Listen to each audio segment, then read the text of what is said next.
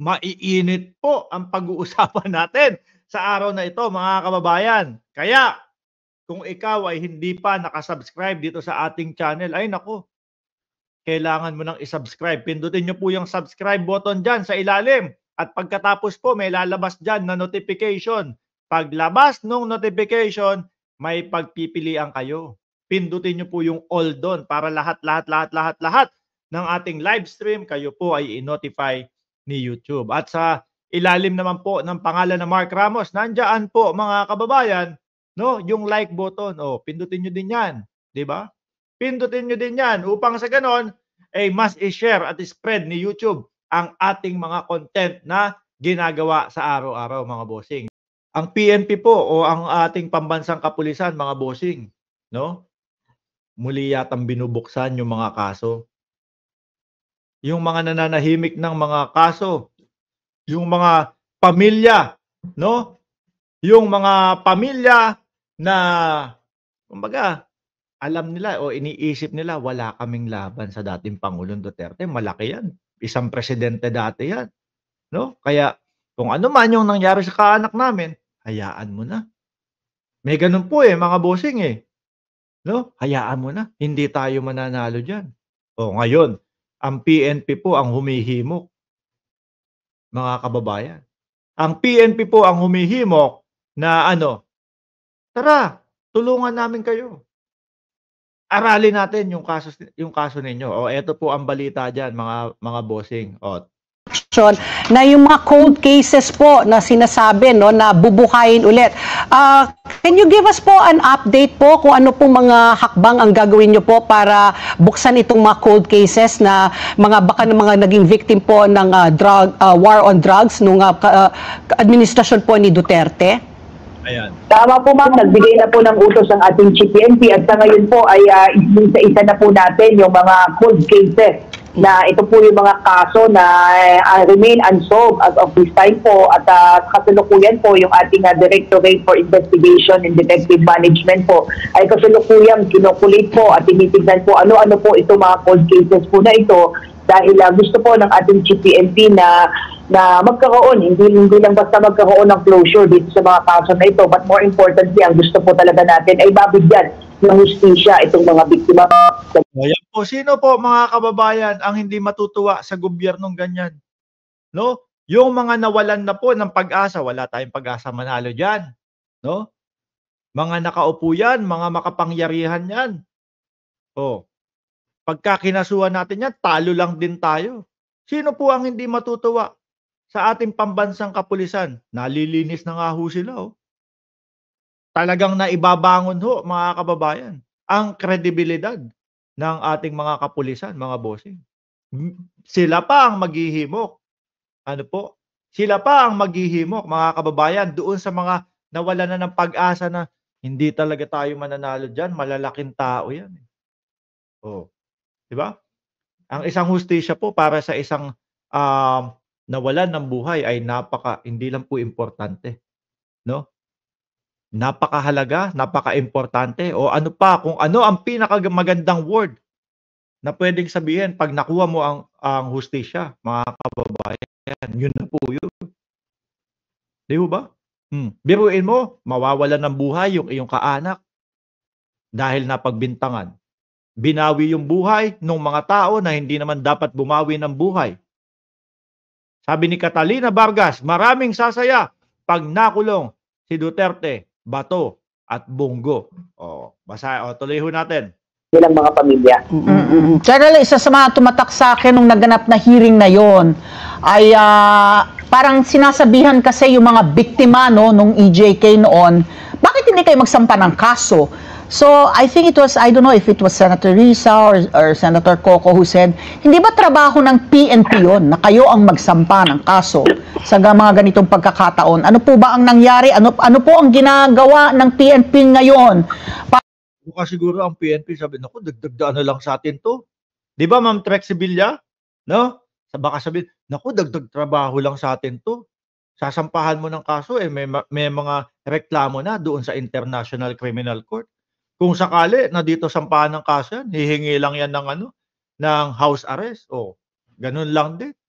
baka mas napabuti pa sa kanya kapagka dito mahatulan yan. Kasi po sa sitwasyon ng dating Pangulo, mga kababayan, kitang-kita niyo naman po, isang salita lang niyang mga yan, "Oh, house arrest! Oh, pa-house arrest na lang kami." Kasi matanda na, hindi na kaya ng dating Pangulo. Eh, ako naniniwala ho mga kababayan, madali at easy lang po para sa kanila yon.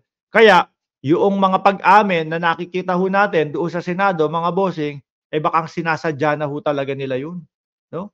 Para kasuhan niyo kami dito. Eh kaso siguro matitigas na din po yung mga nagrereklamo. Rumekta na sa ICC. Ano? Oh, sa Pilipinas walang nagkakaso, Tara pasok na tayo sa Pilipinas. Gano'n lang ho yun. Para sa case build-up po nitong mga kaso na ito, dahil nga kaugnay na rin ng yung reopening, ang plano pong reopening po nitong mga kasong to.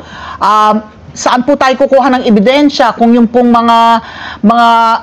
kung yung mga pamilya mismo no ay hindi handa no na lumapit sa ating kapulisan? Eh yung ano lang po mga kababayan, yung sinabi lang po ng dating Pangulong Duterte, no? Inuudyukan namin, binubuyo namin yung mga suspect para manlaban. Yung tipo bang, suko na ako, hindi, manlaban ka. Hindi, hawakan mo yung baril mo. O sige, kailangan kapag bilang kong 3, eh, kung sino mauna sa atin. Yung tipo bang ganong mga pang-uudyok mga bossing. Yun eh, malaking ebidensya na po yun. Malaking pag-amin na ho yun mga bossing. Siguro ine-expect nila 'pag inamin natin 'to, pagka sinabi natin 'to sa Senado, may mga magkakaso na diyan. Pero hanggang ngayon ho 'no, wala pa ding nagkakaso mga kababayan. Ako naniniwala ako gusto nila makasuhan sila sa Pilipinas. Gusto nila na tumambak yung kaso sa Pilipinas at dito mausig o dito litisin 'no, para sa gano'n easy sa kanila. Meron silang mga ano diyan, meron silang mga tagapagtanggol diyan mga kababayan, Kaya pagka sinabi, "Oh, parol, house arrest na lang." Gano'n po mga bossing.